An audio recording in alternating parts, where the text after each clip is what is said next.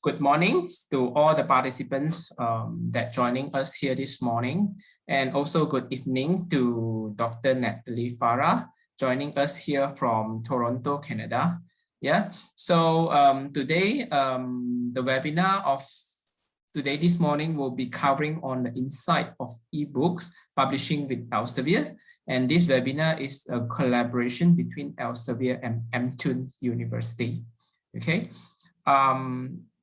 So without further ado, let us start the webinar today, right?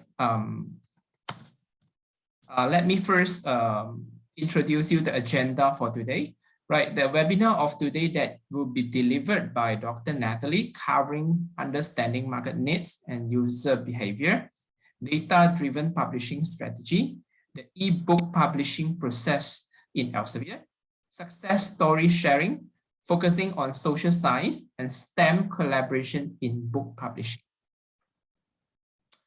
And the flow of today will be as showing, and the opening remarks will be delivered by Professors Dr. Muhammad Hasbi to deliver the opening remark on behalf of Professor Dr. Kamal Zuhairi bin Zamli, the Deputy Vice Chancellor of Research and Innovation, University Malaysia Pahang. And it will be following by the Insight of eBook Publishing talk by Elsevier Senior Acquisition Editor, Dr. Natalie Farah.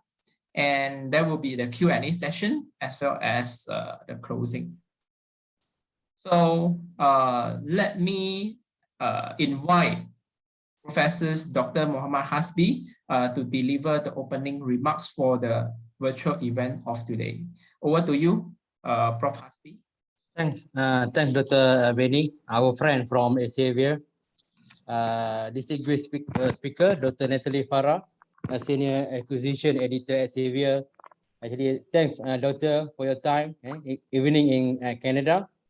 Representative and also Director of MTUN Research Office and all participants. Okay. On behalf of UMP Deputy Vice Chancellor, Research and Innovation, Prof. SDS Dr. Kamal Zuhairi.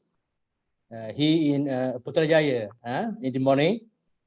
So I would welcome all of you to MTUN Exclusive Webinar Series, Insight of eBook Publishing with Elsevier, which is part of MTUN and Elsevier collaboration activities.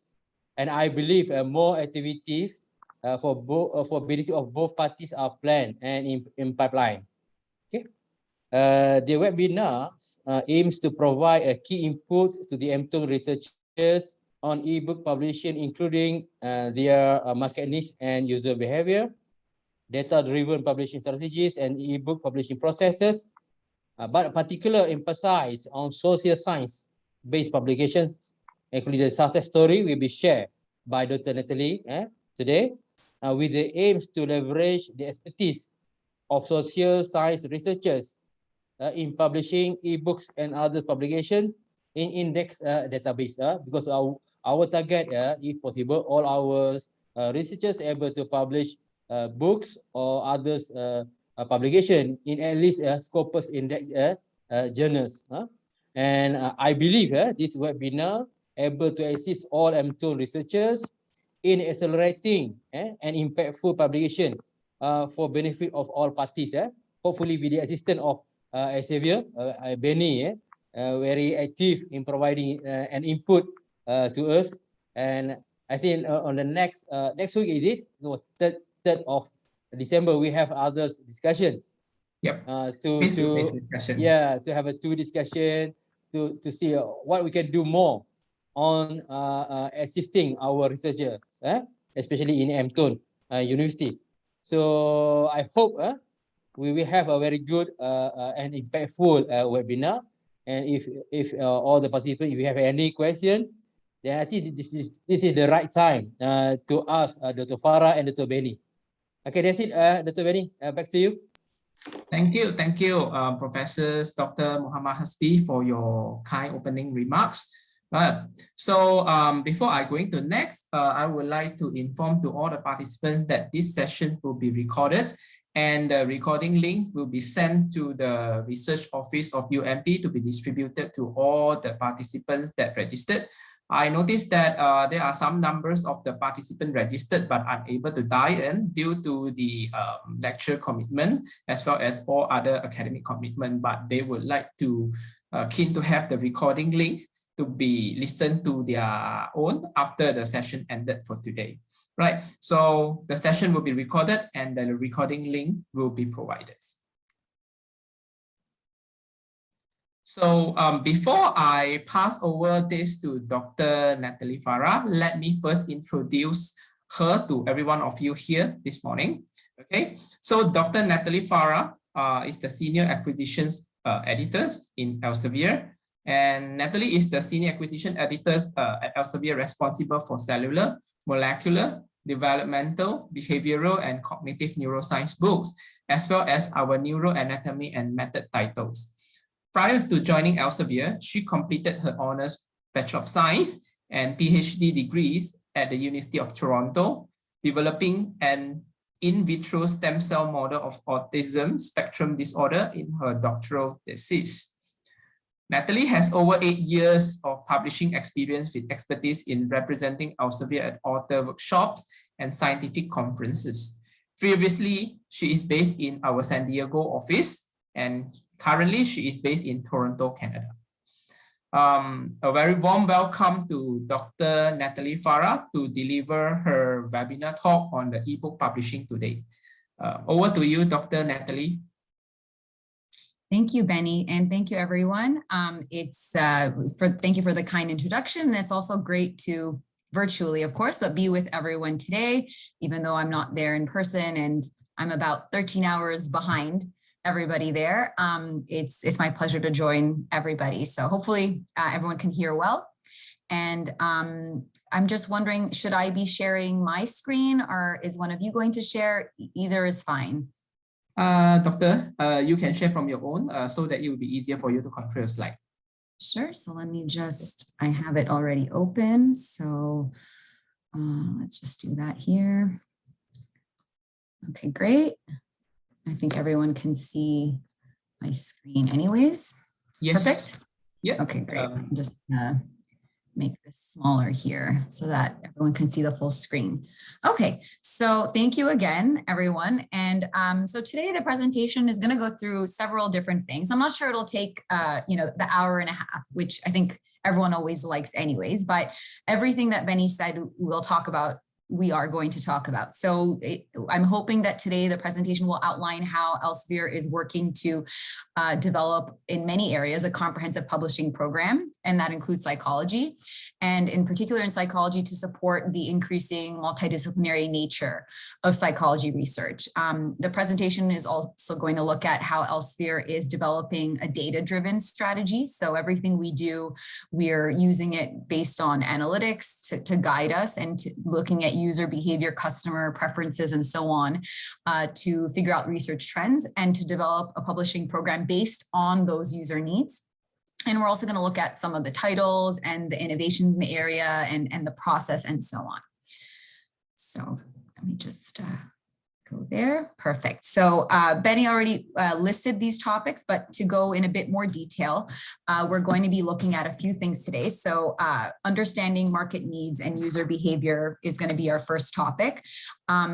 Basically looking at how book content is a complement to journal content, that interdisciplinary research is increasing, and a quick look at the subjects in our books publishing program as well, focusing on eventually psychology books.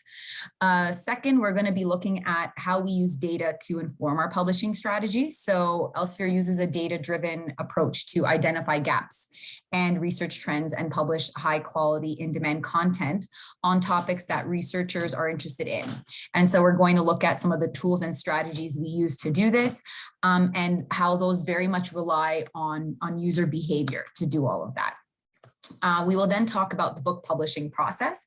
When we say ebook publishing process, we publish ebooks and print books of all of our books. So it's the same process.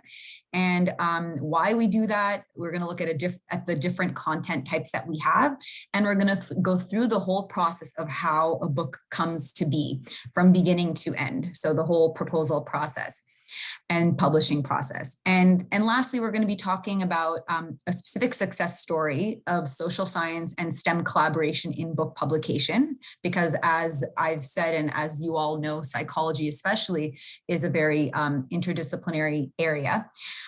First, we'll talk about our psychology ebook portfolio and the subdisciplines within psychology that we are publishing in, like cognitive psychology, developmental psychology, etc.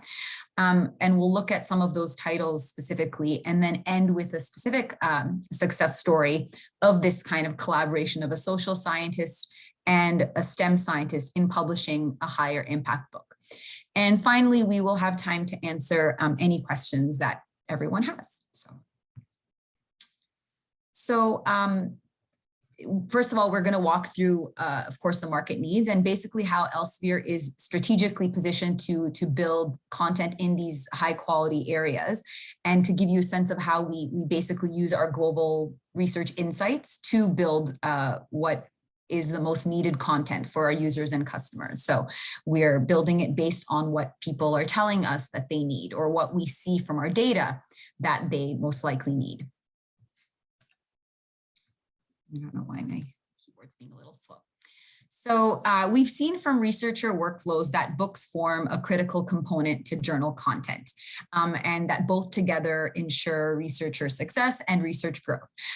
We know this just by looking at researchers when they're using ScienceDirect, that they're basically using both book content and article content. They have what we call co-usage in the same research session. And this makes sense because each content type provides unique benefits to drive research forward. So the typical use cases that we hear from researchers on what they're interested in, what they want, are things like, quote, I want to understand the article. It's a challenge for me to get a foundation of relevant authoritative knowledge on subjects that are newer to me, or I need to find relevant foundational information to support my interdisciplinary research, and there are areas that I'm not quite an expert in. So books are really very important in an interdisciplinary research environment, especially because they, for example, will provide that foundational content that you need to understand, say, the terms in a journal article, if it's not quite your research area. So having these ebooks on ScienceDirect along with journals gives our users like yourselves the ability to look at knowledge and build it quickly and use tools to master what the research skills that you're looking for by connecting research in different areas. And so you're clicking from one type to another without necessarily realizing it. And it's quite seamless. And so with thousands of ebooks available on ScienceDirect as well as journals, having them all in one spot, it really just makes it a lot easier for people. So our ebooks provide a lot of different components that help people succeed. So they present all the current research in a given field. They bring together research from many different journals in one larger resource. Usually, it's an expert editor or expert reviewers that are involved. So you're getting authoritative, high quality content. It allows you to link again from books or to journals everywhere, and is accessible if you're looking at the e-version on any mobile device, cell phone onto iPad, readers, and so on. On our platforms, we have downloadable book chapters, abstracts, etc. So there's a lot of different things that kind of improve discoverability and make sure that you're getting the exact kind of information that you need in an easy, quick way. So given the current levels at which researchers are needing different research from different disciplines and collaborating with people in different labs and in different disciplines, it's important that we provide people with the resources to actually meet that need. And so here we are just seeing that not only in psychology, but in most every area, research is becoming interdisciplinary, and often researchers are looking for content that's outside their immediate specific field, at least weekly. It's just something that is just become a day-to-day thing for a lot of people. So you can see here just how often people are doing that. And you might find that yourself as well. So again, it's really important for us to provide that seamless access across disciplines, make sure that it's not only just content, it's foundational content so that someone who is not an expert in that area can actually learn it, which can be hard, for example, with a journal article that is obviously very focused and assumes that the reader is an expert on that area. Books actually don't assume that. They kind of build people from the bottom up and build that foundation. And of course, making sure that whatever books that we're generating are interdisciplinary so that they're aligned with the relevant other fields that people need to know and that they become kind of aware of that as well. So there's a lot of different things our books are designed to meet. So we use data, of course, to try to identify those trends and gaps. And in the part 2 of our agenda, I'll be talking a little bit more about that. But essentially, when we look at all of the content we publish, books or journals or anything else, what is most important for us is that we make sure we work to fuel the answers that researchers have with the right content. So we focus our content development on the largest and fastest growing research areas. This makes sure that we are producing, ideally, the content that is most needed by people at that moment. We also focus on areas where we know that our journal publications are strong, so that we have good support to the journal's workflow and we kind of work together. People can have strengths of both perspectives. And so one of the first steps that we do is to use data to identify those high growth opportunities. So we look at research trends, we look at funding, we look at journal usage on a specific topic, say Alzheimer's disease or any schizophrenia and so on. And we also look at other factors like who are the most influential authors or the most influential institutions that are working on these subject areas, whose research is most cited, what topic is most cited within these areas. What's highly regarded, what is being presented at conferences and so on. And at the same time, again, we make sure that it aligns with our journals as well, because it doesn't really seem so sensical to not have both needs be met, because as we said, journals kind of meet a different need for people. It's much more specific and it's, the most recent information in a field. It's not necessarily that foundation. So by doing all this, we start at a really high level and try to kind of go down and go more specific onto what is the most needed data at the moment, what there isn't as much content on in the field. And we do this and we eventually focus in on these areas where the primary research is big, it's growing, it's well-funded, and it's being requested by people, when they're searching for it on Science Direct and so on. So these are a lot of the kind of factors at a very high level that we use. And later on, we'll talk a bit more detail about what that kind of entails. And so this is just a very quick glance at many of the book subjects that we publish in at Elsevier. So it's quite broad. There's a lot of academic disciplines that we're working on, and we have a very big breadth of subject areas. So we have many acquisition editor colleagues like myself who work in each of these areas basically to make sure that they're well represented on our book side. And we also have colleagues on the journal side that work in these areas, but in journals it's a little different. It's not necessarily by subject, it's more by specific journals. So it's not necessarily split the exact same way, but it's the same topics because, as we said, we try to make sure we cover everything doubly. And we have authors often that are book authors that are also journal authors and vice versa. They're on the editorial boards and so on. And this also helps us make sure everything's aligned and complements each other. So it's very important to us to cover a breadth and variety of subjects, which we do again by using data to identify those trends and those gaps. So, and now in this section, we'll talk a little bit more about how we do that. What do I mean when we talk about how we use data to inform our publishing strategy and how we're in a good position to kind of do those things because of the tools that we have, like, for example, Science Direct, but also Scopus and SciVal and more. So a little first about how we just kind of use various tools. So First, we identify the knowledge gaps by using tools that offer unique insights into those current trends. That's number one over here. We then acquire and publish a range of content based on those trends and gaps so that we are continually expanding content that captures all the latest research, that's filling in those gaps and is contributing to the depth of information in those fields. We use ScienceDirect to monitor usage. We can see which articles people are clicking most on. We can see what book chapters people are requesting, what topics that seem to be the most popular. And we use that information when we're actually developing books to make sure that our authors and our editors that are working with us are creating similarly engaging content and that it's built in an effective way for users. 3, we aggregate and package all of this content on ScienceDirect so that we can, again, make sure people are able to access it and they're able to consume it when they need it, however they need it in an easy, discoverable way. And 4, we share all of this information with institutions like universities, like hospitals, the places that all of you are affiliated with, like MTUN, so that librarians understand that these are the areas their people are searching for. And if you don't have access to it, to talk to people at Elsevier to make sure that they do.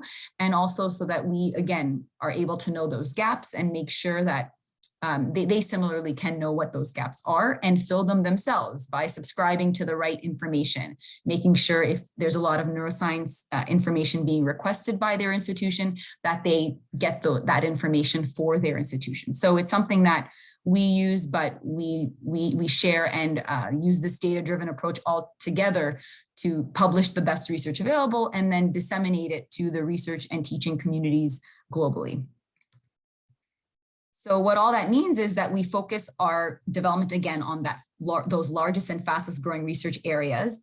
And again, we make sure that aligns very well with journals, and we focus on areas, especially where our journal publications are strong, where we have very highly regarded journals and so on, because then we have those connections that we can leverage over here as well and transfer that content over to here.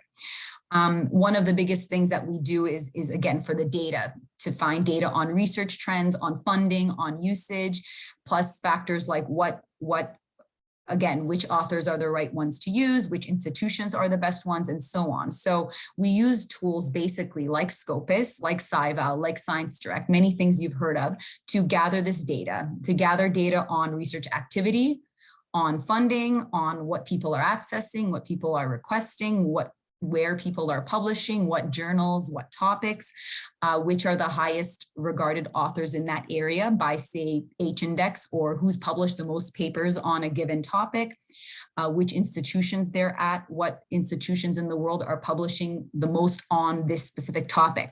These are all the things that we actually have access to in SciVal, for example, and SciVal takes its data from Scopus, which Scopus, of course, is the world's largest repository of basically peer-reviewed literature. So it goes beyond Elsevier publications. And then, of course, ScienceDirect is where we host all of our journal articles and our books. So we can see how much people are using them, how much they're clicking on things, they're downloading things, and so on. So we're in a kind of convenient position where we are able to use the tools that we have and the data that's there and assess basically reader priorities, identify trending topics, spot those gaps, look at funding, and so on. And so we put all of that together basically, and we decide what book content is needed. And we try to anticipate what's going to be needed in the future based on all those things, based on the funding and so on. And the result is that all this comes together to put together high demand content from leading authors that hopefully fills in those gaps of knowledge.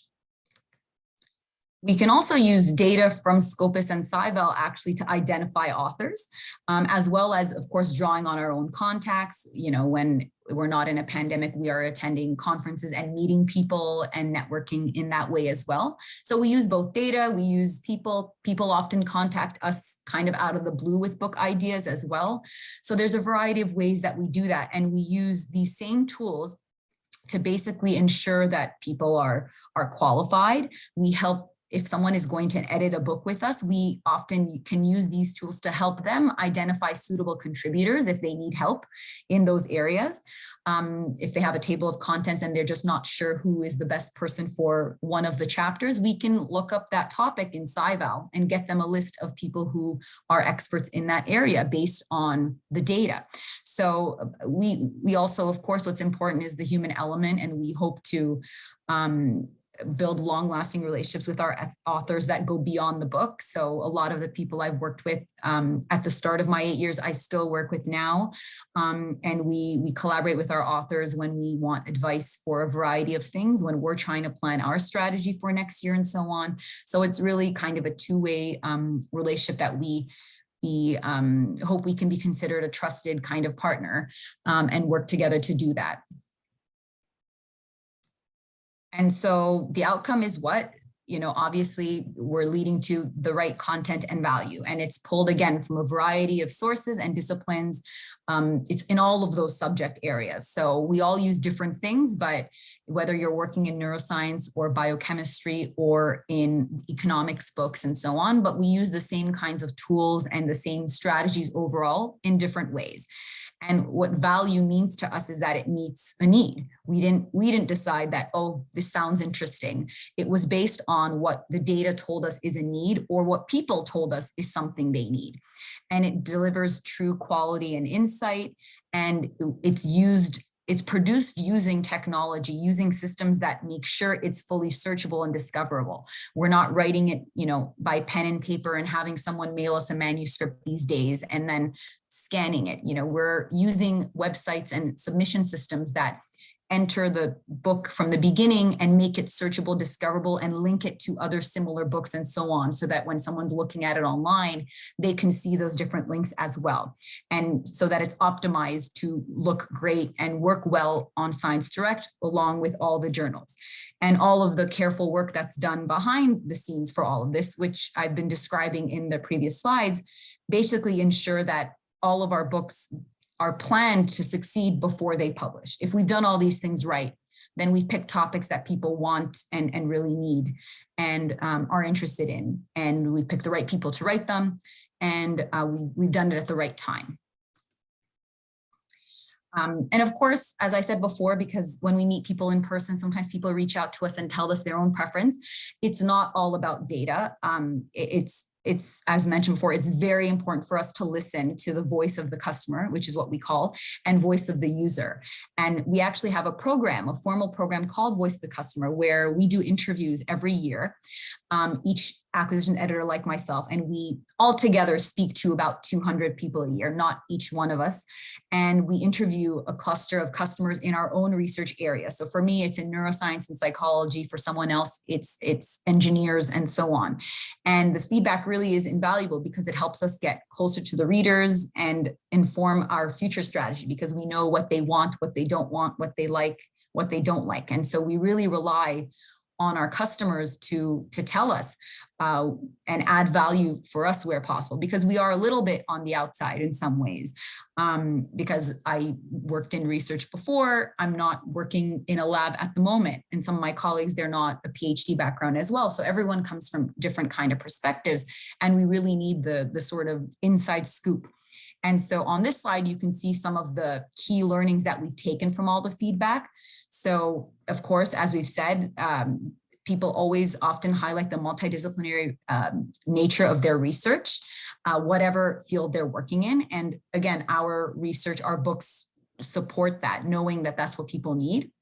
We've learned that visuals are very critical. So people respond so much better to figures and tables and charts, because most people are visual learners. And so it's really important for us to have that in our books and have them be good quality, be color and so on, which in books are fees that are covered by the publisher. It's not something that the people who work on the books, so the authors or editors themselves, have to pay for. So we also learn people just basically are low on time. There's too much information out there. There's too many papers. So people want quick answers to the solutions that they face, because especially they have so many pressures on their time, and they want the information to be trustworthy information, to be easily understandable, to be fast, to get to the point right away, and often to allow their work to be reproducible, and explain processes properly so that if you're troubleshooting an experiment or you have a situation, you'll know how to get to that solution quickly. So all of this insight is really important for us to listen and to make our own changes and investment to support readers. And, for example, making sure there's lots of visuals, having question and answers in a book and so on, and having webinars and things like this actually, so that we can hear from people firsthand, in person, online, et cetera, and make sure that their needs, their wants, their interests are heard. So that's a little bit less about the data, and now I'll dive a bit more into the ebook publishing process. Talk about just how that looks from beginning to end and how we come up with all these books. Now that you've heard a little bit about what data we use to figure out ideas, how does that idea then become a book? So the book has come a long way over the many hundreds of years that it's existed. So when the printing press was first invented 500, 600 years ago, it was one of the most important discoveries. But books, especially over the last 20 years, have changed a lot. So back in the day, people would read books from cover to cover, and sometimes that still is the case, from page one all to the end. But this is often no longer true, especially with e-readers, iPads, having chapters online.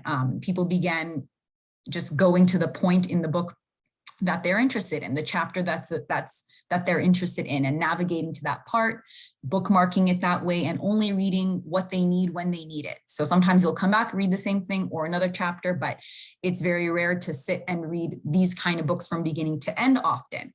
And so what that meant for us as a publisher and for other publishers is that we need to make the data and the content be organized well so that people can pick out a chapter. If you have the book online in just one file, that's less accessible. But if you have it pieced out in the way that people will need it, it makes it more searchable, it's more discoverable and available. So it's better for users, and then it's better for the people who wrote it as well, because you know that it's being used in the right way and being found by people.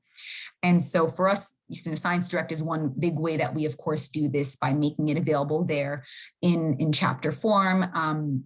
And to do all of this, it's really important for us to understand a researcher's needs, behavior, workflow, and especially because, again, so many people are involved in interdisciplinary work, and how to get up to date on a topic very quickly, it's important for the content to be organized well. So we do this by using a lot of different kinds of content, like journals, like books, but different kinds of books and different kinds of journals. And all of these together help people get what they need. And so in the end, I don't think it really matters to a researcher where the chapter or the article they're reading on Science Direct, where it came from, as long as it has the answers they need at that moment. If it's talking about the method they're trying to do, that's all that matters. So we use things like Science Direct to integrate content, technology, analytics all together, and to make these things happen better. I think it skipped one slide. There we go. So we've talked about how books and journals kind of work together to help build a knowledge. They provide different knowledges. So while journal articles give a very narrow focus, but they provide the most recent information on that topic, the newest finding, books are different. Books are broader, and books are bringing together that kind of background that if you're reading a journal article, you don't necessarily get, because you might not need for that specific finding in that article. So we try to publish a dynamic mix of both of these as a publisher, Elsevier does, to help propel research forward and help people have new ideas for their research. So these are many of the different types of content we actually publish, journals being one of them. And so we have our major reference works, which are basically this very wide view. They're kind of like encyclopedia style books. And so if someone is working on a new line of inquiry or on a project that has stalled or veered off course, these kind of help people get really acquainted with new fields quickly in a very detailed way. We have reference modules on the bottom left, which are a subscription-based compilation from Elsevier, which is a lot of different collections on a specific topic. So we have researcher experts that are curating the content behind the scenes and regularly posting reviews and updates. And so it's kind of like working with an expert that's pointing you in the right direction as you go along. We also have book series, which is on the bottom right over here. And so that's kind of going a little bit deeper now. It's basically giving a collective knowledge from the latest research on a topic and giving many different articles. So in a way, they're like review articles, but just much more detailed because you don't have to worry about space in the same way. And they can often lead to the direction of research. Of course, we have our eBooks, which is most of the books that I kind of work on. And these are, a catalyst for new ideas and directions for research. They present background, arguments, differing opinions, future directions, complexity, methods, and so on. It's a little bit of everything. And it's basically many, many, many, many different review articles all put in together in a much more detailed way. So you can see how very different they are, obviously, than say a journal article, and they both serve just different needs. And books this way help people make connections between different fields and disciplines.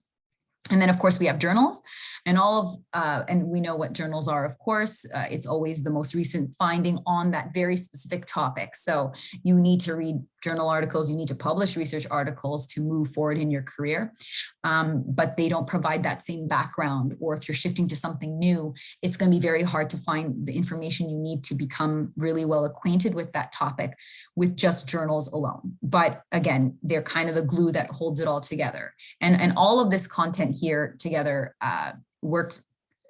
work in tandem to kind of give you subject depth, depending on what your need is at that moment. And people's needs change at different stages of their careers, different stages of their projects.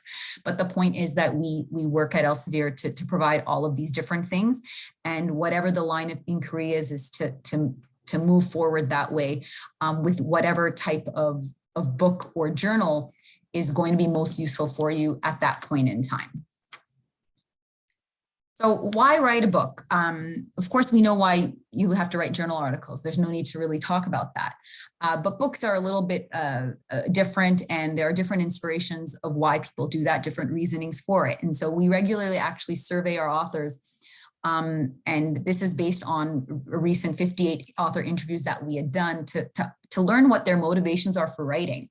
And we also had a questionnaire that went out to even 200 other people. And so you can see here the top 4 benefits that they named from writing books. And one of them was an interest on the subject and just an enjoyment of researching and writing about that topic.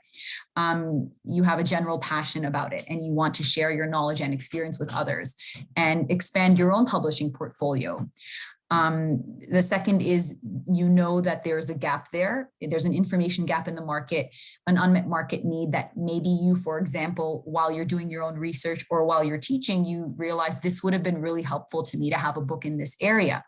And sometimes people decide, well, I'm going to write that book. I'm going to edit that book because it will make my teaching, my research useful later on. And it will do the same for a lot of other people. And this point is directly tied into the third one, which is prestige, to gain a stronger reputation and standing in your field. Because if you've written the book and everyone's using that book or seeing that book everywhere, well, then they'll just know your name and know that you're an authoritative person that works in that field. And you wrote a book or you edited a book because of that. And because we have Science Direct, because we're a global company, our books and book chapters are promoted to a global audience. So everyone in your field will see that and will see this came from your book. And they're in, of course, Scopus, it's part of your H index and so on. And the fourth here is a desire to educate. So I mentioned this a little bit about teaching, but basically to provide teaching and materials to support your own teaching or for others. And you just might be someone who has a strong desire to educate. It's a passion of yours in that way. You'd like to share information with the next generation, the new methods, and have it in a more easy to understand way than referring people to journal articles or reviews, multiple ones at that. And the fifth motivation here, which is not mentioned on this slide, is this desire to leave a legacy of your accumulated knowledge. So we see that a lot in people's careers, especially later on, that they've worked in the field for a very long time, and it's in a way sort of like a thesis, but something that is, their contribution to the field in a different way. And it's a lot of what they've done, but of course what others have done as well. So there are a lot of different reasons why people work to publish a book and to write a book with us. And when I say to write a book with us, hopefully by now you've been convinced it's a worthy effort. And we can talk a little bit about what's the difference between editing and authoring, which I've mentioned a few times. So both editors and authors are respected experts from their field, and they're able to notice this market need that they need in the field, either with our help or they've realized on their own that there isn't a book on this topic that they know would be useful. They plan the scope of the content of the book, the editor or author does. And of course, we support them to provide a high quality end product where we pay for the production costs and so on, and make sure everything moves smoothly. And they are paid a publisher, they're paid a royalty from us as a percentage of sales, of print and electronic sales on all book types. So what is the difference then between editing and authoring?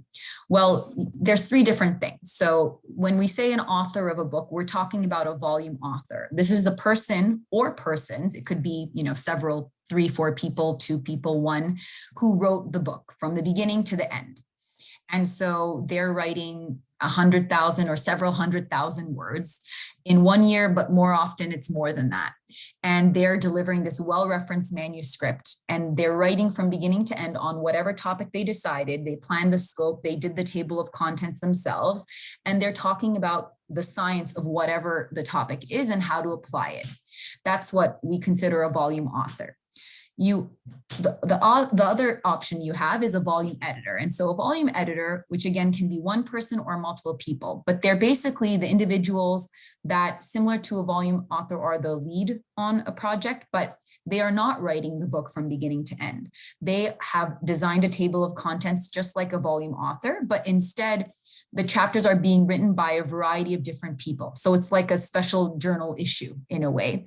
And they're the ones who designed the table of contents. They're the one who thought of those authors, though we can help with some of our tools. And they're the ones who reached out to those authors and got them on board to write it. And so a volume editor is basically bringing together all of these different things, and they don't have to write a chapter themselves, but if they'd like, they can. It's very common. And what their responsibility is basically is to devise the table of contents and bring everyone on board. Then the chapter authors kind of do the rest and write those chapters. And then at the very end, they look over those chapters to make sure everything is what they had in mind. So that's a volume editor. And then the last option is a chapter author. So you could be one of the people that are working under a volume editor. So you work with the volume editor to plan chapter coverage, and you're writing a much smaller amount. You have a shorter amount of time, but that's still generally 6 months or a year, and you're writing just one chapter.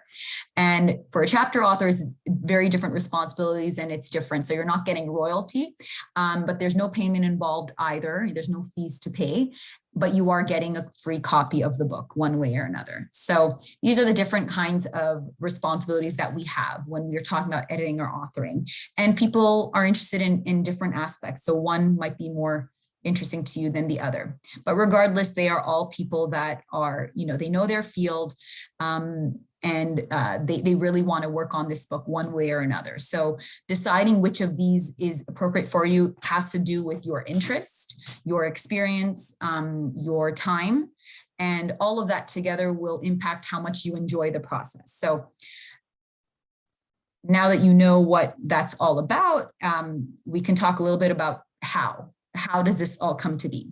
So the very first step is a book proposal, and the book proposal writing process is short. It's a page or a couple of pages, just like in this picture. And it's not meant to be a daunting process. A good acquisitions editor will help you through it. And it covers about 7 key topics. It's not like a grant or something that is taking you weeks to work on, or a lot of effort and a lot of researching and a lot of referencing. So the first and probably most important thing is the title and the topic. You want your topic to be broad enough to attract a large audience, but not so popular that there's already many books on that. So you carefully pick a topic that would be of interest and there's a need for, and you find a title that that describes that using keywords. And again, we can help with that. The subject and market need is, again, the need that your book will fill in the market. As someone who works in that field, you know best, more than me, for example, what is needed. So this is a really important part as well. And in this section, you address any information gaps that you know the target audience has, and you explain how your publication is going to help solve these gaps. Author credentials. So why you? What is it about you that makes you appropriate for the subject matter of the book? Is it because you are working in it right now? Are you on certain societies? Are you a journal author, and so on? Credentials are important, but your motivation is also important. Why? What do you need? Are you a teacher? You might not have so many projects, but you're known to be a really good teacher in this area, and it's something that you know will be a need. So there's a lot of different reasons, a lot of different credentials that are important here. And so really just depends.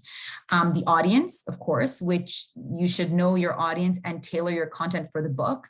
And of course, it can be more than one audience because so many books are multidisciplinary, but you don't want to try to reach absolutely everybody because that's not going to be great either. So it's really important to just build the topic, and then the audience and things like that follow afterwards.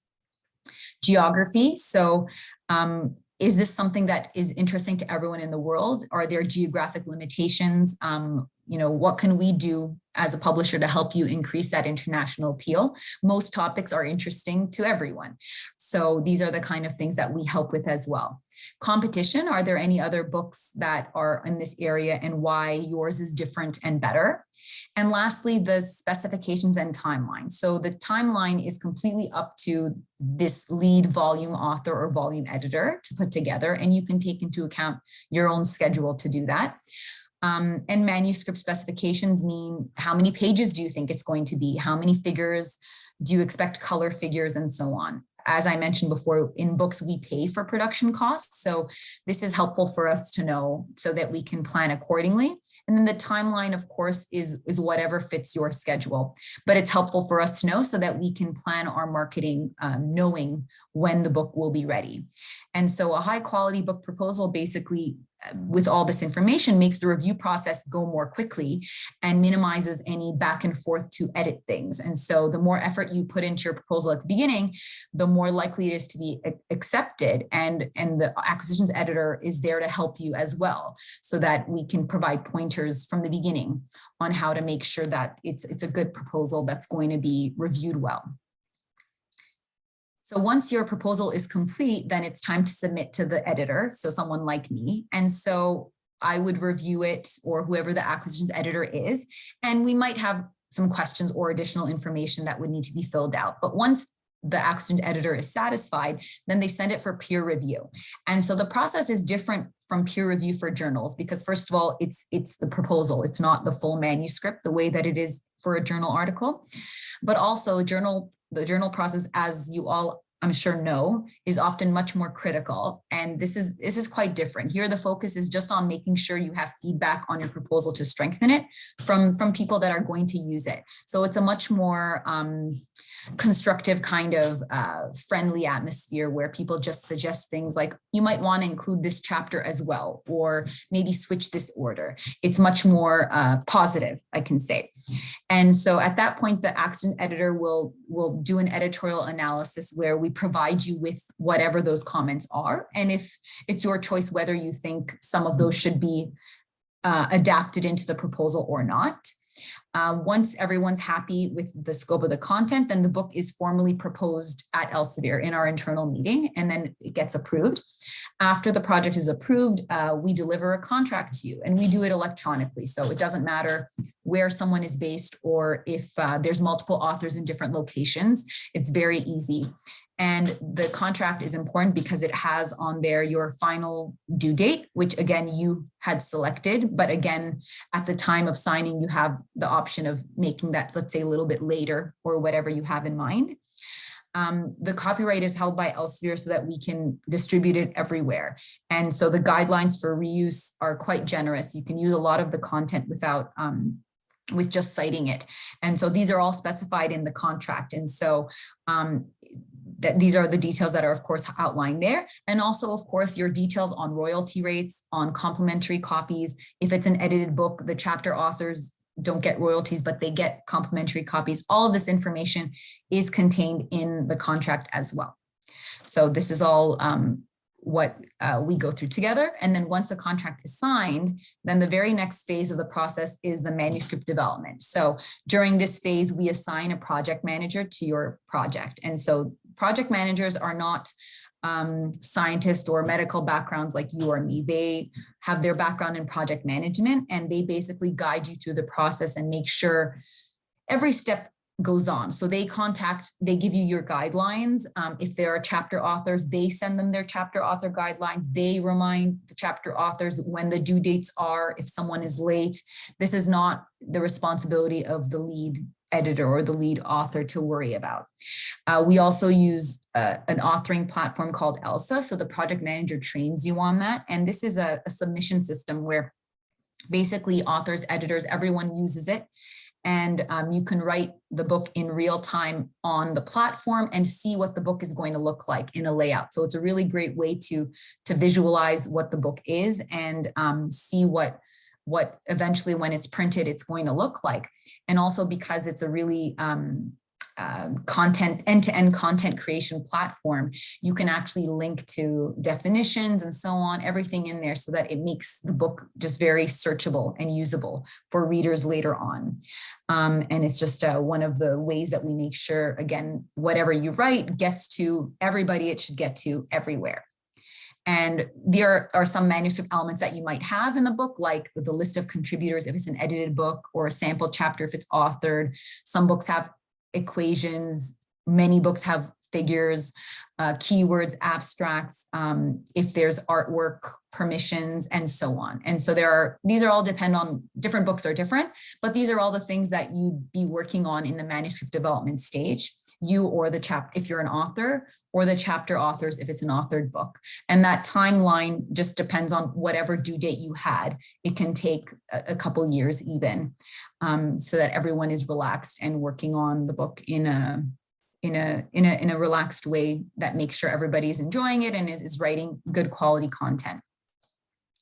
And then next, of course, is one of the most important things is the book production. So at this time, a production manager gets involved, and that project manager is liaising with everyone. So you don't have to worry about so many different contacts, but they're the ones who copy edit the entire book. So you don't have to worry about spelling or grammar for anyone, or especially if you find you're not so comfortable with English or anything like that, that's nothing to worry about. You just worry about the content and making sure it's accurate, and we take care of everything else. And so the production manager makes sure of the copy editing, any proofreading, we create the index, and of course we do the manufacturing. We have the book printed and so on at no cost to you. So we will provide proofs just like in a journal, and you look over those.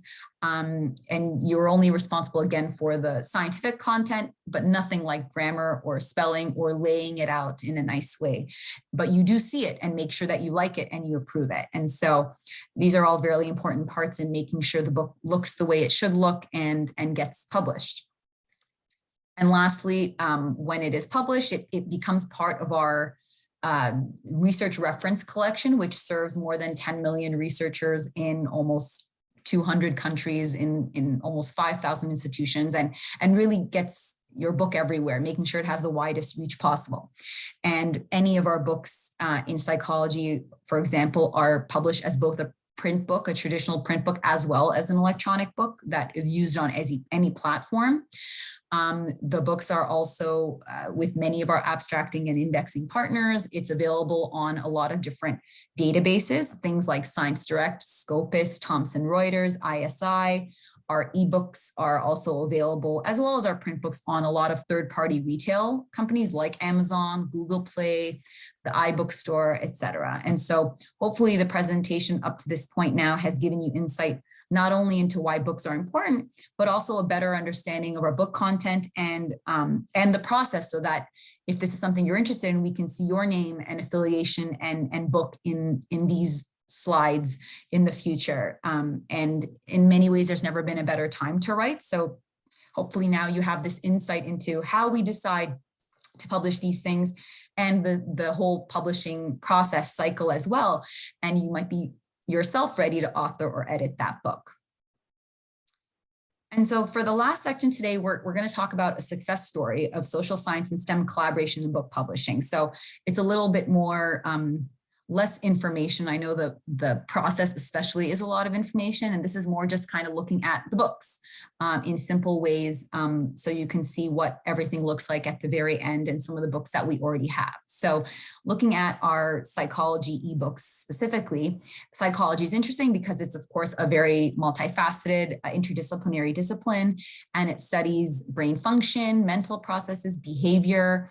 There are a lot of different subsections in psychology. And they're all very varied, but on the research side, a lot of it will look at what drives behavior, how emotion influences behavior, and the processes of thinking and decision making, among others. Whereas and that's really similar to behavioral neuroscience as well, which is also an area that I cover. And then on the other hand, the clinical science side investigates often the cause and treatments of clinical disorders. So you have a little bit of everything in psychology.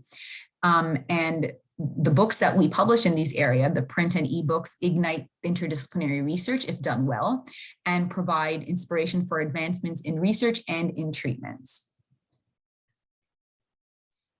So in such a multidisciplinary field, researchers in psychology and related fields need knowledge across multiple related subdisciplines. So here are some of those disciplines actually listed out.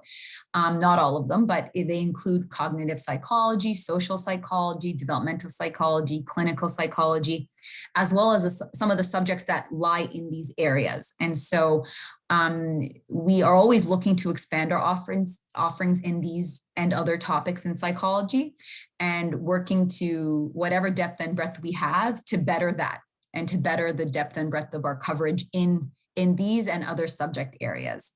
But we really try to dive in a lot of detail and make it so that people can really link between different subjects and topics and find content that's very useful for them. And we talked before about using data in our strategy. And so again, and about how we use tools to do that. And we've talked a lot about it, but basically we identify trending topics and the areas of growth. And that's how we know where to focus. So we look at, again, on the left, like the areas that have the fastest growth, the areas that have the highest article output, and by Elsevier and other journals, and or highest total usage. So on Science Direct, what are people searching for or elsewhere? So how often are people clicking on that article or downloading that article, searching for that topic, etc. How often does it show up in conference agendas and so on? So on the left, you can see some of the topics that have been published and come out of these kinds of analyses. These ones here specifically are some of our most highly used book titles if you look at usage. And the reason they are so highly used is because we did that background work before they published to make sure that we published on the most in-demand topics. And if you do it right, again, that means they're going to end up being used. So here are some of those that align with the information on the left. So we use data to make sure our books answer the most pressing questions that people have in psychology, that researchers and psychologists have. So for example, here are some of the books that we published this year, taking all of this into account. So with the pandemic, especially, these books on mental health effects of COVID, as well as alcohol use, were particularly timely because these are both issues that people have had and dealt with globally over the last couple of years to great extent. This third book here with aging populations everywhere in the world, obviously the volume on biology of aging is important, and it's a part of a 3-volume series where the other volumes looked at the psychology of aging and I believe the social science of aging in the social sciences. So again, they're timely topics, and this comes from just observing what's going on around, but also what the data tells us. And so even this aging book, for example, with one book on the biology of aging and the other one on aging in the social sciences, this already is an example of collaboration between social science and STEM biology topics. And so, of course, we want to make sure our books are not only on high impact topics, but that the books themselves have a high impact on research output later. So another way we do that, besides seeing who uses our books and downloads, another way is citation. So how often our books are being cited in other journal articles or in reviews or in other books. And so here's just a look at some of our highly cited books as well. So it's important for us. We follow through afterwards as well to make sure things are performing well. And whether they are or they're not, we use that to guide, again, our future decisions as well. And so here, it's one of the last couple of slides, we'll go through a success story example of the collaboration of a social scientist with a STEM scientist in publishing a high impact book. And so this example happens to be a handbook on mental health and aging, but we have other examples again. And so we'll walk through how the book came into being and how the authors and Elsevier acquisitions editor partnered together to convert the research into the book's format, and how data was used to guide the partnership and make sure the book came to fruition. So mental health, of course, plays an essential role in overall health and well-being.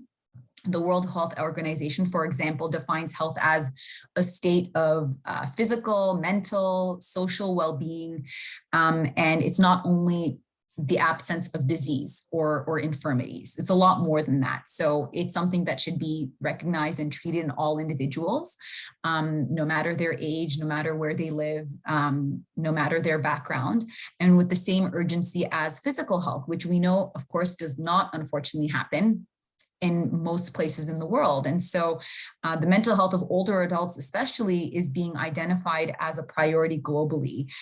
It's estimated that 20% of people who are 55 or older experience some type of mental health concern. It's a higher rate than at other ages.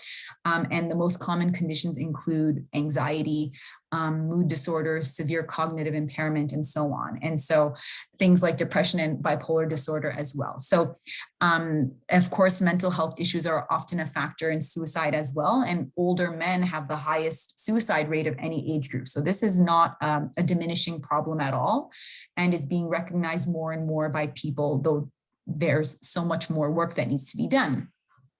So we saw within this subject of mental health and aging, in the top right of this slide, in the blue bar graph, that there has been an output of a lot of topics. So where it says total 11,523, that's in the last 5 years, there have been that many journal articles related to this particular topic of mental health and aging. There's also a field-weighted citation impact of 1.64. That's what it means is if it's higher than 1, that means it's really strongly being cited. So it's quite high, and a growth of 13.4% over the 5 years since 2016. So it's a growing area. It's not just that there have been a lot of books published, but every year there's more and more of that. So this bibliometric data is basically strongly suggesting to us that there would be a strong audience potential. So this was something that caught our eye. We also see in the top middle of the slide that there are a lot of relevant key phrases in the area that if there is a book, they should be addressed. And so especially if a topic is big, it tells you that the relevance of the key phrase is very high. And if it's green, that area is growing. Most of the areas here are in green. It tells us a little bit about what the book chapter should have. And so in terms of the authors, Dr. Nathan Hantke is a neuropsychologist in Oregon in the US, and his primary research interests are in geriatric neuropsychology, as well as late life cognitive decline and the related risk factors to that. Dr. Amit Etkin, on the other hand, was trained as both a neuroscientist and psychiatrist and received his MD PhD before having his own psychiatric residency and then postdoc and ultimately joining Stanford as a faculty member. And his work is more to understand the neural basis of emotional disorder, so much more the STEM side of things. And it was natural for him to work with Elsevier and collaborate with social science colleagues because he does that with his own research as well to address these areas. And finally, Dr. Ruth O'Hara here, who's also at Stanford, is a bridge between the other two authors who are one's more STEM oriented and one's more social science oriented. And her research focuses on the relationship between neurocognitive and neuropsychiatric symptoms in aging, and to try to predict neurodegenerative and neuropsychiatric issues or outcomes later on in life. And so, you know, with this team and knowing that this is a growing area of interest in the world, and having the data from SciVal here, both the key phrases and the top right data, and on the bottom right, seeing that we actually publish journals on these very areas, well-cited journals, we went forward with a book here and published the Handbook of Mental Health and Aging. So there are some bullets here specifically, but as a broad description, it provides a foundational background for practitioners, but also researchers, to understand mental health care in older adults, and is presented by leading researchers. It starts with more conceptual factors like epidemiology of mental health disorders in aging, cultural factors that affect mental health and are very important. But then it goes into more neurobiology and looks at biomarkers, age-related structural changes, models of aging in mental health, and clinical topics like dementia, neuropsychology, psychotherapy, and so on. So it really is a very well-rounded kind of book, and it's further described in the bullets on the bottom left of this slide, and just kind of shows the different perspectives that were involved in working on the book, and keeping in mind, again, the strong data that suggested this is something that is a growing issue and should be looked at. So this is our last slide before the summary slide. And to continue on the many previous psychology book slides, this one lists some of the other titles that we have. And there are many others, of course, but it's just, again, to show a little bit of the scope of the different kinds of topics we work on, and also to emphasize that we are always working to expand our book offerings in all disciplines, within psychology, outside of psychology, working with old and new authors, with the institutions we already work with new institutions, new and established topics, and so on. And we just have all these tools to make sure we're all on the right track, but also to help the process, help our authors, make it easier for them to do their job with project managers and so on, but as well as data that we can search for them too. So then, just to recap our presentation today, and what I've shown you is that Elsevier is strategically positioned to build content. And we do this by, of course, working hard to understand market needs and user behavior. We help researchers and students and faculty ideally by complementing journal content, making sure that we're facilitating interdisciplinary research.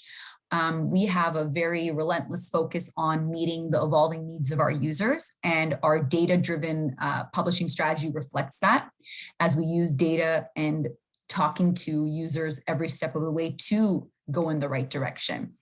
You've also seen the book publishing process from beginning to end, all the little steps of it, and you've also seen a lot of slides on our psychology portfolio being spotlighted, specifically the different books, the ones that are high usage, and the things that we use to the way we publish those books. And lastly, we've gone through an example of a high impact book that came from collaboration between social scientists and STEM scientists, of which there are others as well. And we have books that are collaborations with different disciplines as well. So if it's a psychologist working with a clinician in another field, with a neurologist, with a biochemist, depending on what the topic is and what best serves the subject. So this is not a one incident, but it's one really good example of that.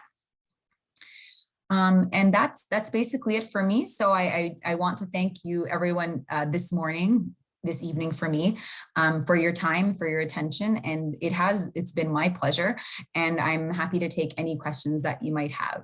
And thank you to the hosts again for inviting me to speak. So yes, any questions?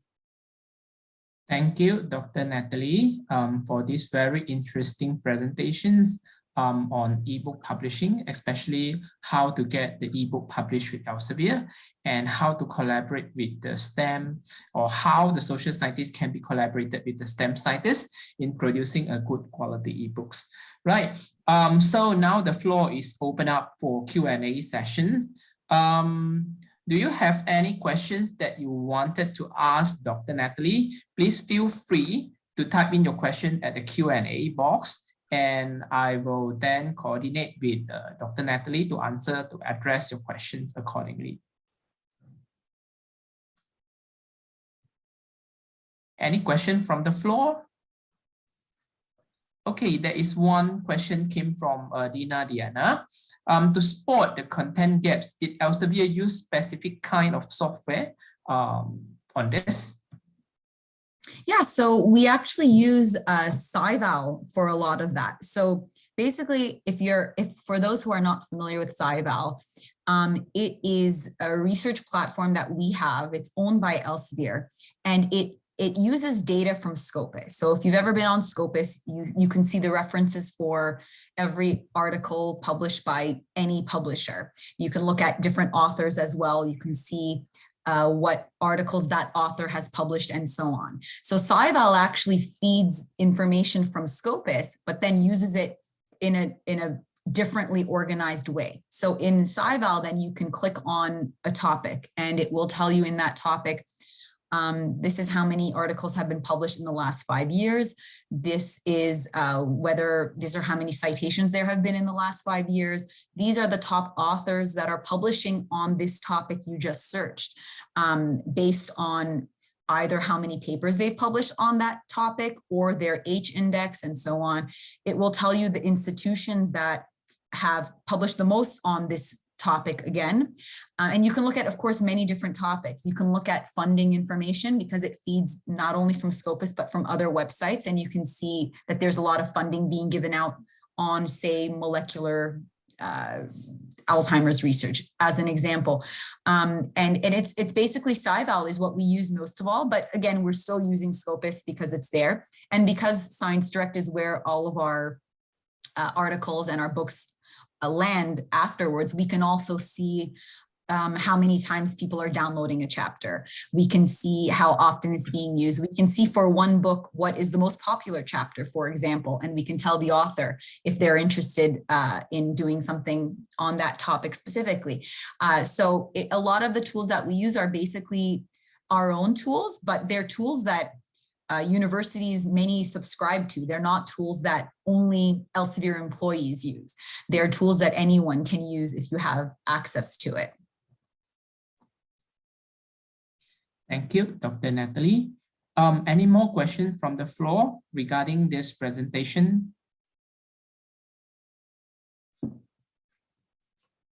While waiting for other questions, I would also have a questions to ask Dr. Natalie. I had back in last 2 days, I had the academic engagement with the faculty in one of the university. So they actually brought up an issue that a lot of the researchers frequently receive the email saying that their books or their book chapters can be published with certain amount of US dollar, and it will be guaranteed to be published in 24 hours or 48 hours. So just to get your advice, Dr. Natalie, what would be the best way to identify which is the genuine publishing of ebooks, especially when come to this matter? That's a very good question. And you see that with journals too.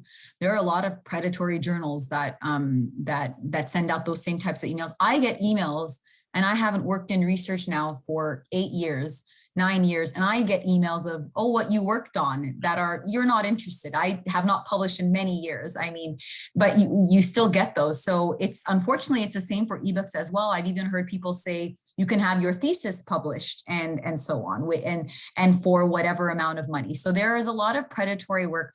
What I would suggest is whatever publishing company they say they are from, look for that.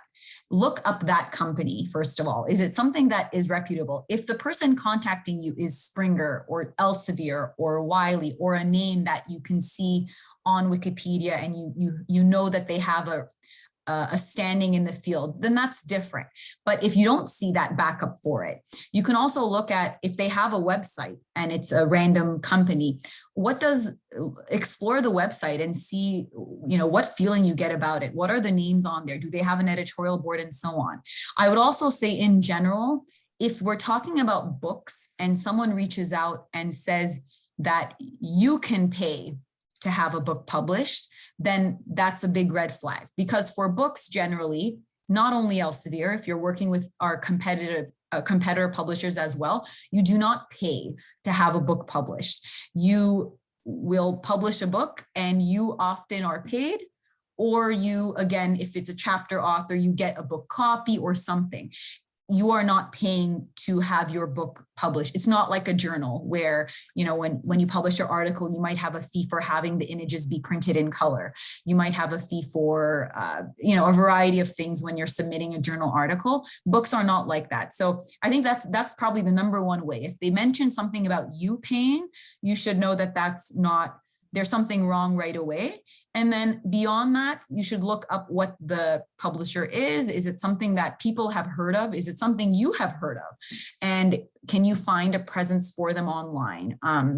That sounds good. There are a lot of predatory journal publishers where if you go online, they guarantee publication and things like that. Anything that guarantees is never great, because no good publisher guarantees something. You have to write it, you have to look over it, people look over it, and so on. And not to insult anyone submitting, but you can never say to anyone, your book is guaranteed, because even the best person in the field might have a bad day and not write the best thing. And so you can't, anything that guarantees is another red flag. So there are a few different ways, and talk to people around you, because they'll also tell you, I've never heard of that. And use a lot of different sources to figure out whether that sounds like, that sounds real or not. A very good awareness message, especially to the floor of academicians here, as well as for the students. Thank you very much for your useful answer, Dr. Natalie. There is 2 more questions came from the floor. What are the main key strategies to get books being indexed? I will assume this is to be indexed in Scopus.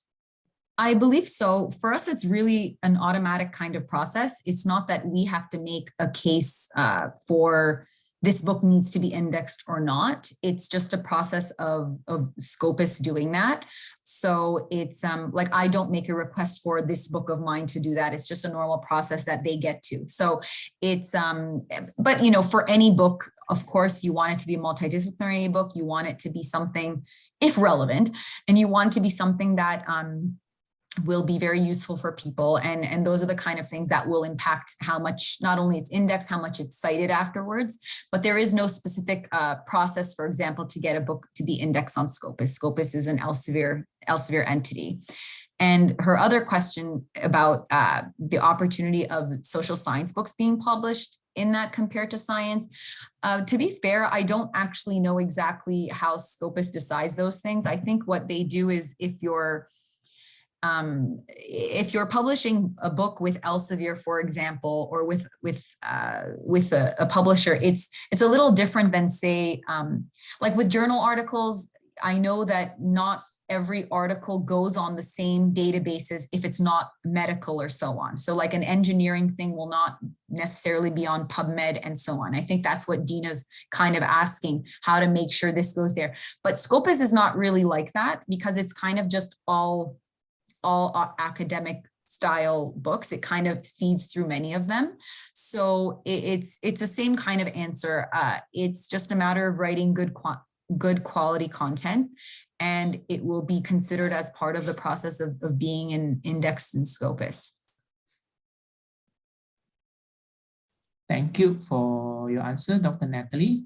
Diana, I hope Dr. Natalie answered your questions. So if you need further clarification, please raise your hand, then I can unmute you so that you can ask it in a more specific way.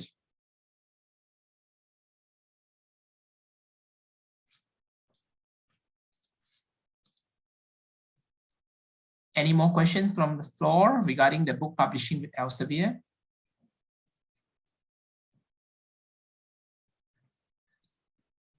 Please don't feel hesitate to ask the questions here. This will be the good opportunity and good platform so that you can ask the question directly to our senior acquisition editor that's from Elsevier. Dr. Natalie, Elsevier here. Maybe your advice for the new author, where to start, what is the best for them? It's a great question. So if someone watched this presentation and they're interested, I want to work on a book, you know, I want to author it or I want to edit it, whatever the option is. The very first thing is to write a book proposal. So I know the book proposal is available online on our website. I think you might be able, I could share with Benny if it's not easy to find, but I think you could just Google, it should come up. If not, I'll share that. But basically you download the proposal form and you fill that out, and you can take your time with filling that out, but it will provide a snapshot of everything that we need to move forward. So you might, when someone approaches this, it might be confusing. I don't know where to start, but all you need is the form, because the form will ask you, well, what's the topic of the book? Why do you think this is a good idea? Why do you think you're appropriate? What's the table of contents? How many pages do you think? And what's the due date? It's all the information we need. And so as someone works on it, the rest kind of follows. So you might think, I don't know how many pages it is, but you know, if you build the table of contents because you know the subject you want to cover, then you can estimate from there, and the editor can also help you. So it really is the form, and it kind of makes everything easier afterwards because it summarizes everything that I talked about. And I don't expect anyone to remember every single step we did. That's okay. Your editor can remind you anytime. But basically, as long as you remember that the first thing to do is the book proposal, that's all you need to know. And the rest kind of starts as soon as we receive a completed proposal form. Thanks, Dr. You're welcome. Dr. Natalie, I have an additional question. Apart from the book proposal, do you have any quick insight to share what would be the successful good proposal that can increase the chances of acceptance to be published the book with Elsevier? Yeah, I think in the end, the table of contents and so on, really everything starts from whatever the topic is. So if someone is interested in writing a book, then they'll just have to think of, in the areas that I know well, because obviously you're writing a book on something you know. In the areas that I know well, where do I see a gap? So a gap means, of course, there's nothing published there, or there are some things that are published there, but they're not quite right. They're not exactly on the topic I'm talking about. So there might be a lot of books on autism spectrum disorder, but there might not be books on how we can use in vitro models to study it, for example. So it doesn't mean that nothing has ever been published on the area that you have, but there's something different about yours. Or a similar book was published, but it was over 5 years ago and it's old now. Something that you know that if you found that that book was not useful for you, you can describe why, and you can make your book to meet that need. So the first thing is to identify what the need is, what the topic is based on that. And from there on out, it's fairly easy, because if you have your subject, then you build your table of contents based on that, based on what you think was missing in other areas and so on. And when you're building something, and then when you contact the editor, they will tell you that's actually an area that we see a lot of usage in. That's an area we see a lot of interest in. They'll tell you, if I've never heard of that area, I'm not sure that's the best fit for us, or so on. But if you found something that you know, because you work in the field, this is something people care about, there isn't anything there that's exactly like what I have in mind, you're off to a very good start. So I would always just suggest it that way. You know your area best. You can look and see, well, why can't I use what already exists? What would I need that would be better than these? And start with that.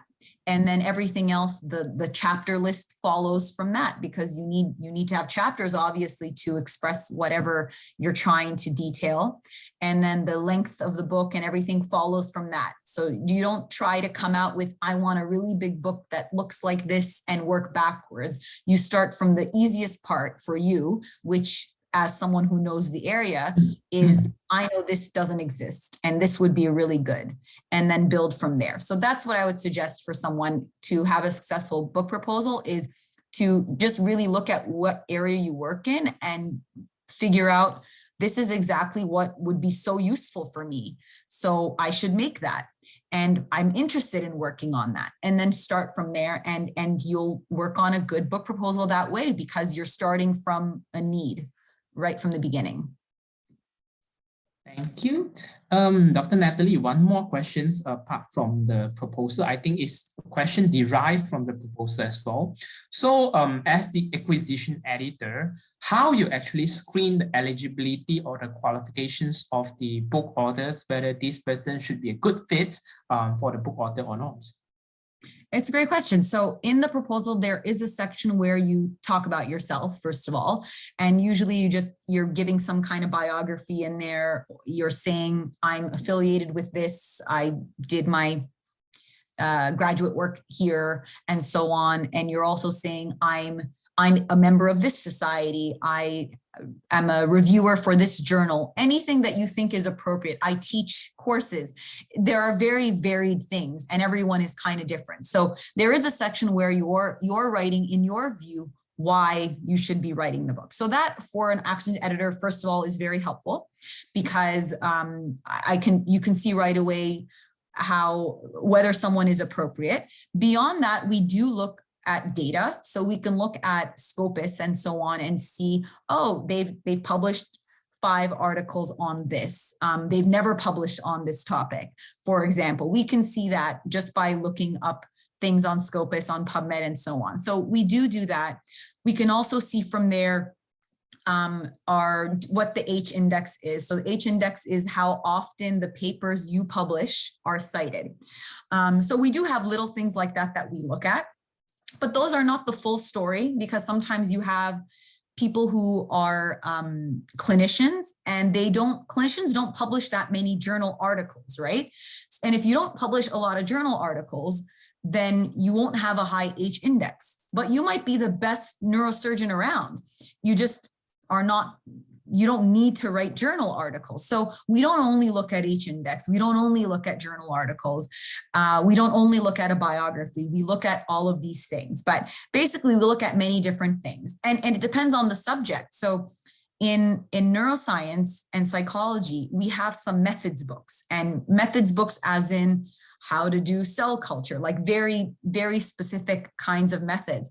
And if you're writing a methods book, it's probably better that you are a postdoc or someone who's literally doing the research work, much rather than a principal investigator who hasn't touched a pipette in 20 years and is writing the grants for you to have money, but is not really as aware of how to troubleshoot those techniques, how to look after different kinds of stem cells with media and so on. So it really depends on the topic as well, and the research area and so on. So it's a lot of different features. So I would never tell someone that, oh, you don't have this many articles, don't bother, or you don't have this as well. It's really everything all together. We look at a lot of different features, and it depends differently for each subject area. Like I said, clinicians are different, and for each subject as well. Like if the book is a methods book, if the book is a clinical book, and so on. Hopefully that helps.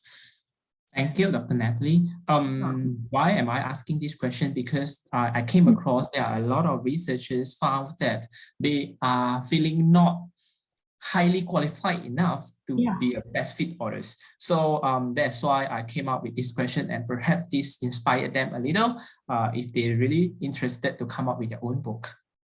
Yeah, it's a great question, because and the answer is, again, we look at so many different things. So I would tell anyone who's interested that you should just reach out and write a proposal. A proposal will not take you that long anyways. It's not like a grant or something. And it would, again, if you are someone that you might not have like 1 million papers, but you teach in the area, you teach 1,000 students a year, you teach, you're in these societies, you review for these journals, and you do all these different things, or some of these different things. There are a lot of different ways to be qualified. So it's not just like the number on its own that is it. So I would definitely tell people not to be discouraged, because it really depends. One of our best books in neuroscience was published before I joined Elsevier. It was in 2009. And at the time, the authors of the book were graduate students. And it was a very big deal for Elsevier because to accept a proposal from graduate students, but it was a methods book. It's a guide to research techniques in neuroscience. It's all over. And at the time, the editor had to really make a case for it. And they did. And it's one of our most popular books because everyone who does research wants to have a book that helps them troubleshoot, helps them learn a new technique, and so on. And I mean, a graduate student is the best person to write that, or a postdoc, someone who actually does it. So, and I'm sure because they were graduate students, they probably had no H-index or very little, and they applied and it published. So I'm not saying that all graduate students should be applying to write a book, obviously. But if you're someone who you are working at whatever institution and you know your area, you've published in it, and you know you do a good job for whatever reasons, then you should apply because you'd be surprised. It really just depends on the situation. Thanks again for your explanations, Dr. Natalie. So one more last chance open to the floor. Would there be any more questions that you have to ask the editor here? This will be a good opportunity before we do the closing. Please feel free to type in your question in Q&A.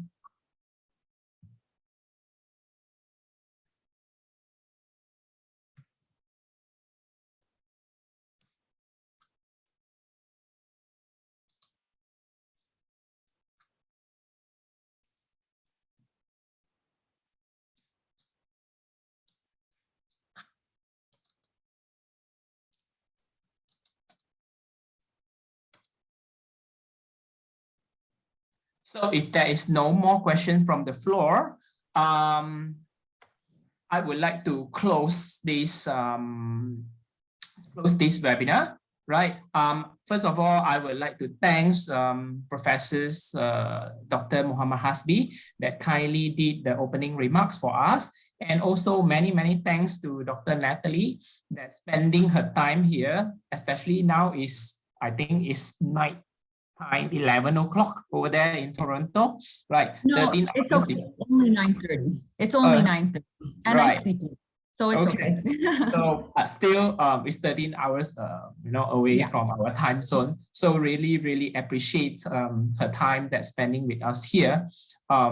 So for us here, from the fellow of researchers as well as the students here, I hope you benefited from the session of today, right? So before I officially close this, I already prepared a platform for you to claim your e-certificates. So please let me share the screen over here. Then you can follow the step to claim the e-certificates from these instructions. A moment, please.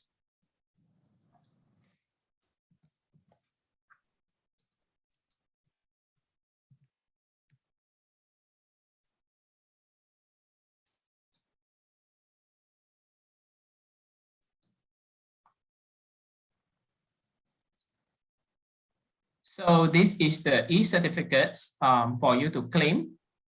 Please scan the QR code and put in the key code RKFUTI, and eventually you submit it, you will get to claim your e-certificate online.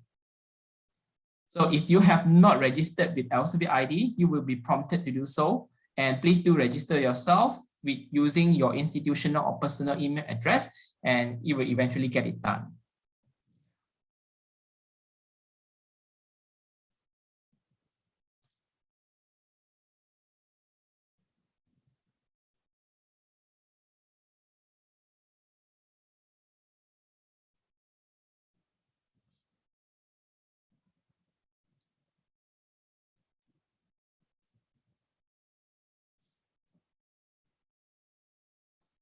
So I will leave this on for another 10 more seconds.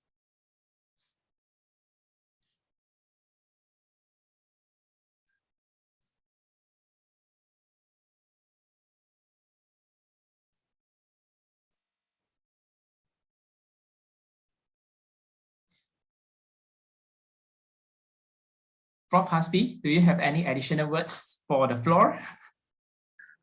Attend Dr. Benny and Natalie. Sorry, I have attended two meetings at the same time. No worries. Oh, no, that's fine. No. We didn't Okay, notice. I think I that's didn't. very good sharing by Dr. Natalie.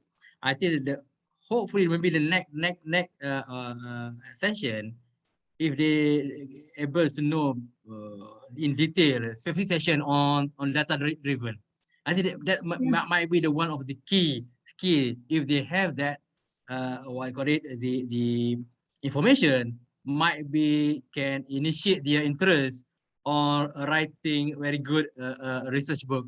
That I think my view, and we can discuss detail on 3rd December, Benny. I think Sure. that's again Dr. Natalie, Dr. Ben, Benny.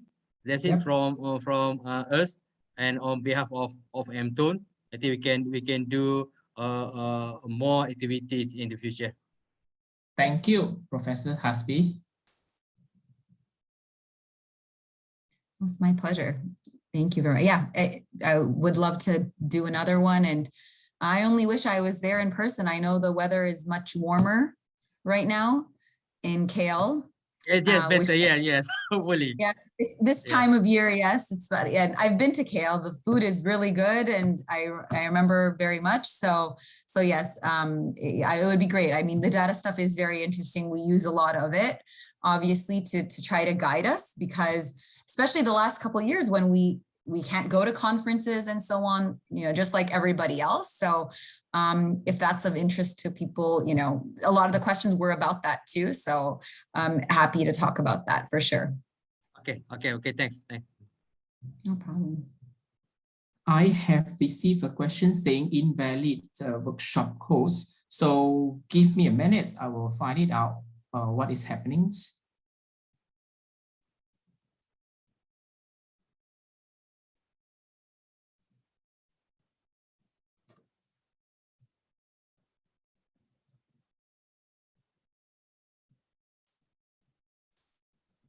Anybody face the same, saying that the workshop code is invalid?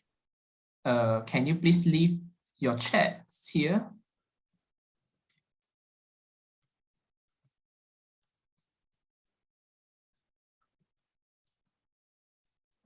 Or is it only happened to Dr. Chin Sun?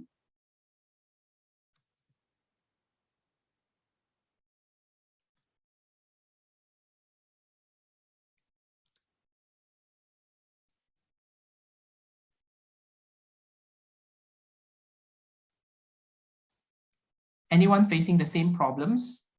If no other people, then I will assume that it's only Dr. Chin Sun alone. So I will get back to you, doctors, in a separate email.